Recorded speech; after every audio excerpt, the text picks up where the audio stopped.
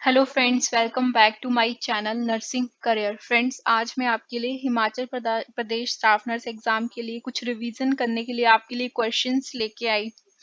I hope आपके लिए questions helpful हो। So now let's start with my first question.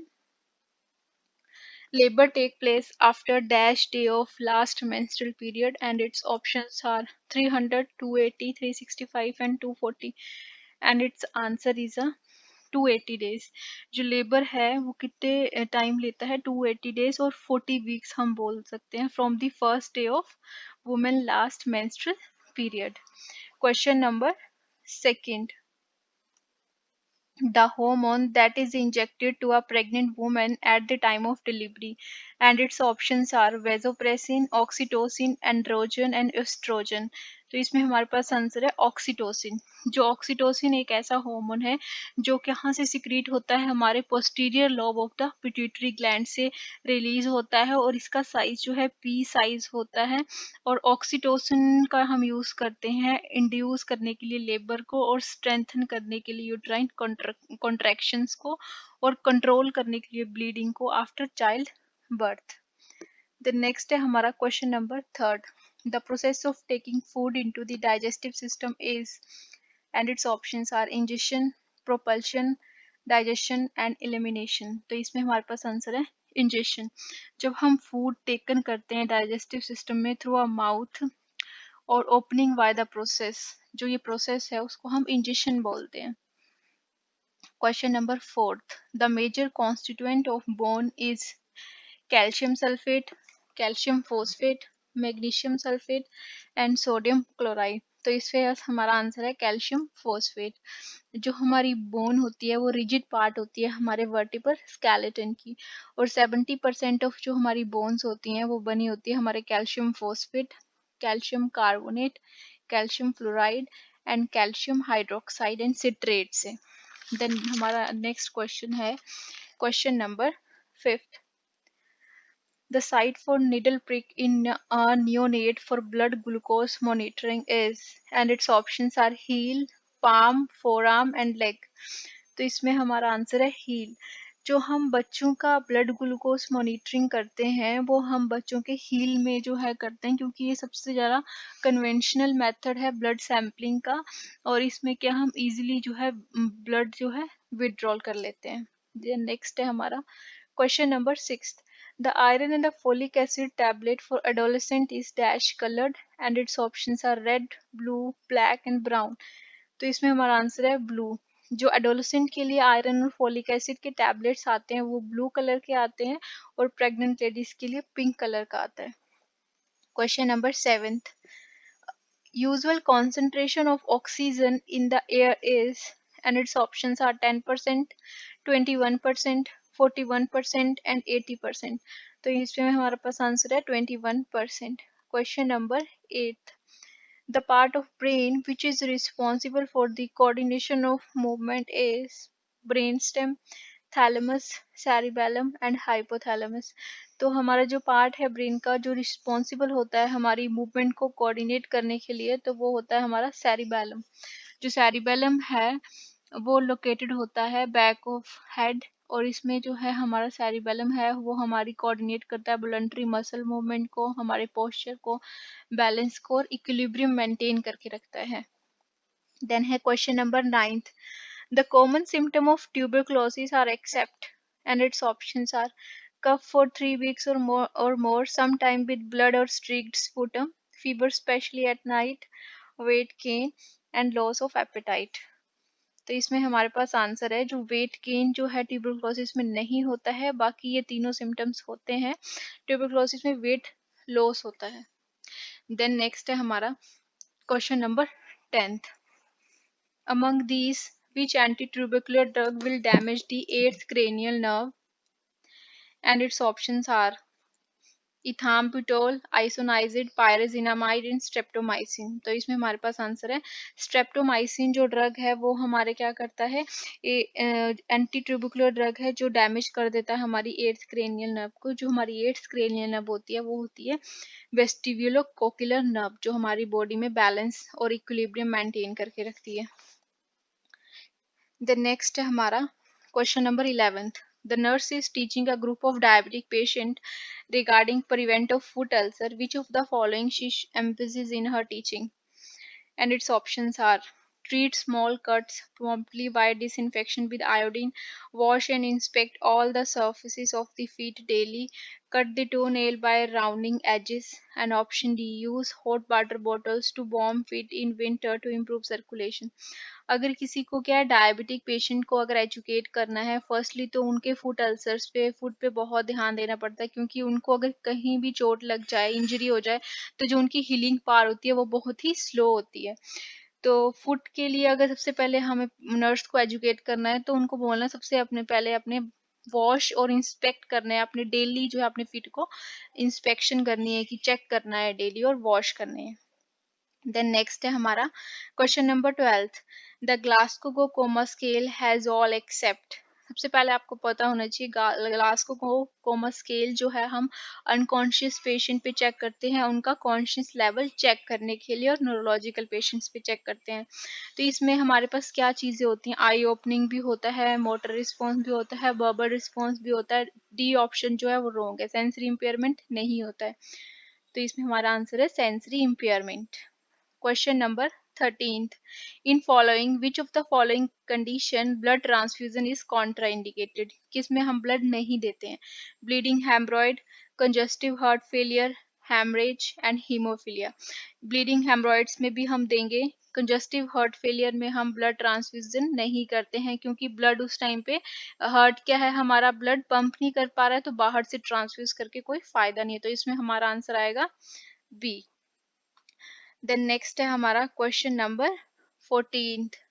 Why does the bed rest is essential in preeclampsia? And its options are: prevent eclampsia, mobilize the tissue fluid circulation and decrease circulation, prevent premature labor, and option D is improve circulation and decrease edema.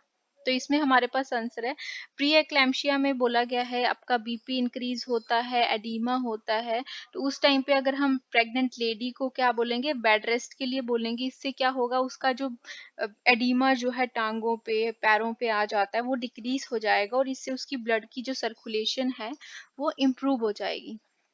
Then next है हमारा question number 15। All are water wash disease except, and its options are scabies, trachoma, typhoid and conjunctivitis. तो इसमें हमारे पास answer है typhoid. Typhoid जो है हमारा वाटर वॉश डिजीज में नहीं आता है। देन नेक्स्ट है हमारा question number 16th। Which of the following technique of disposable used in the concurrent disinfection? And its options are incineration, chemical disinfection, autoclave and aseptic technique. तो इसमें हमारे पास आंसर है इंसिनरेशन। जो हम डिस्पोजेबल को अगर हम उसको डिसइंफेक्ट कर रहे हैं, तो वो हम किससे कर सकते हैं, इंसिनरेशन से कर सकते हैं। ये एक ऐसा मेथड है जिसमें हम डिस्ट्रॉय करते हैं कॉन्टामिनेटेड मटेरियल को by burning them in incinerator. Incinerator में हम उसको बर्न कर देते हैं। बहुत सारे आर्टिकल्स जैसे कि such as soil dressing, animal bodies, pathological material and bedding etcetera, ये सब कुछ जो है हम इंसिनरेट कर देते हैं। और केमिकल डिसइंफेक्शन में होता है, हम केमिकल लेते हैं, लाइक क्लोरीन हो गया, सोडियम क्लोराइड हो गया, इसकी हेल्प से हम डिसइंफेक्ट करते हैं। और इसमें लिखा गया एसेप्टिक टेक्निक से क्या करते हैं, एक ऐसा प्रोसीजर है जिसमें हम क्या है, प्रिवेंट करते हैं कॉन्टेमिनेशन फ्रॉम पैथोजन। पैथोजन से प्रिवेंट करने के लिए जो है हम इसका यूज करते हैं। देन नेक्स्ट है हमारा question number 17th. The study of distribution and determinants of disease in a community, and its options are etiology, pathogenesis, epidemiology and entomology. तो इसमें हमारा आंसर है एपिडेमियोलॉजी। जब हम क्या करते हैं, स्टडी करते हैं और डिस्ट्रीब्यूशन करते हैं कम्युनिटी की, डिजीज कितनी हद तक फैली है, उसको हम बोलते हैं एपिडेमियोलॉजी। तो इसमें बाकी ऑप्शन है हमारे पास इटियोलॉजी। इटियोलॉजी होता है scientific study of the cause of disease, कि क्या कारण है बीमारी होने का। देन नेक्स्ट है पैथोजेनेसिस। पैथोजेनेसिस में हम स्टडी करते हैं organization and the development of disease, कि कैसे ये जो ऑर्गेनाइज हुई है डिजीज और कैसे डेवलप हुई है, पूरा प्रोसेस उसका। देन नेक्स्ट है ओंटोमोलॉजी, हम बोलते हैं it is a study of insects को हम बोलते हैं। देन नेक्स्ट है हमारे पास question number 18, which type of sample can be use to isolate the polio virus earliest, and it's options are stool, blood, throat and cerebrospinal fluid। तो इसमें हमारे पास आंसर है स्टूल। कलेक्ट करते हैं at least 2 stool specimen within the 24 hours. The next है हमारा question number 19, the central venous pressure is a measurement pressure with the aorta, superior vena cava, pulmonary artery and pulmonary vein। तो इसमें हमारे पास answer है superior vena cava। Question number 20, most of the absorption of fats occur in the duodenum, jejunum, ileum and caesium। तो इसमें हमारा answer है जेजिनम। जो हमारा जेजिनम है उसमें सबसे ज्यादा फैट की एब्जॉर्प्शन होती है और ये पार्ट किसका है, हमारे स्मॉल इंटेस्टाइन का। द नेक्स्ट है हमारा question number 21, name of the tissues which is widely and abundantly distributed in the human body is, and its options are connective, cartilaginous, lymph and muscular। तो इसमें हमारा answer है connective tissues।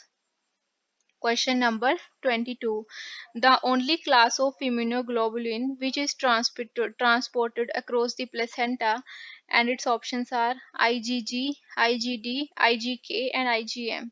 तो इसमें हमारा answer आता है IgG। जो हमारी इम्यूनोग्लोबुलिन्स हैं वो ट्रांसपोर्ट हो जाते हैं, प्लेसेंटा को क्रॉस कर जाते हैं।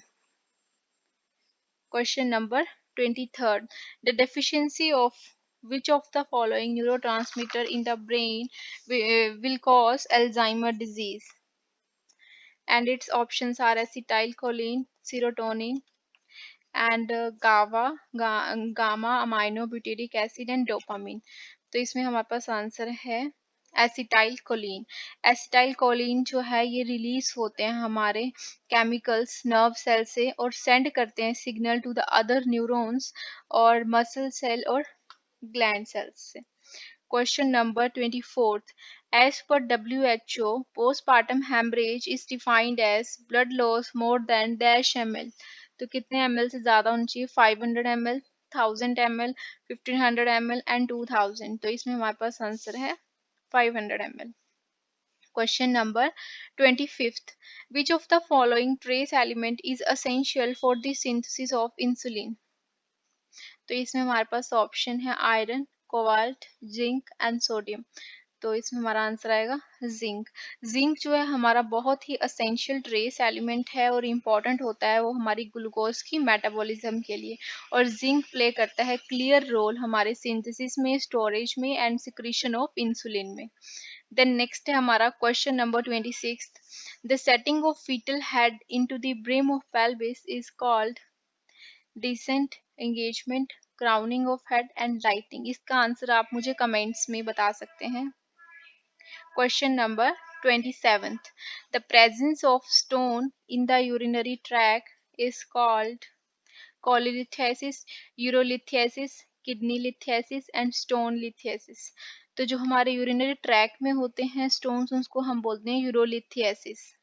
Question number 28, the recommended maximum level of noise for human being is, and its options are 50 decibel, 85 decibel, no decibel and 160 decibel। तो इसमें हमारे पास आंसर है 85 डेसिबल से ज़्यादा जो है मैक्सिमम, ज़्यादा से ज़्यादा 85 डेसिबल जो है नॉइस का होना चाहिए। Question number 29th, the correct color code triage system of disaster patient are as follows, and its options are yellow colored critical ill, blue colored minor injuries, C white color dead patient, option D green color minor injuries।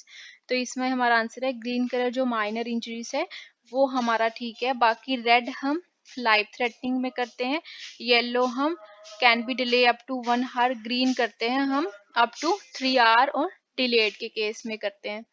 Question number 30, the Schick test indicate the infection of measles, mumps, diphtheria and rubella. तो इसमें हमारा answer आ गया diphtheria.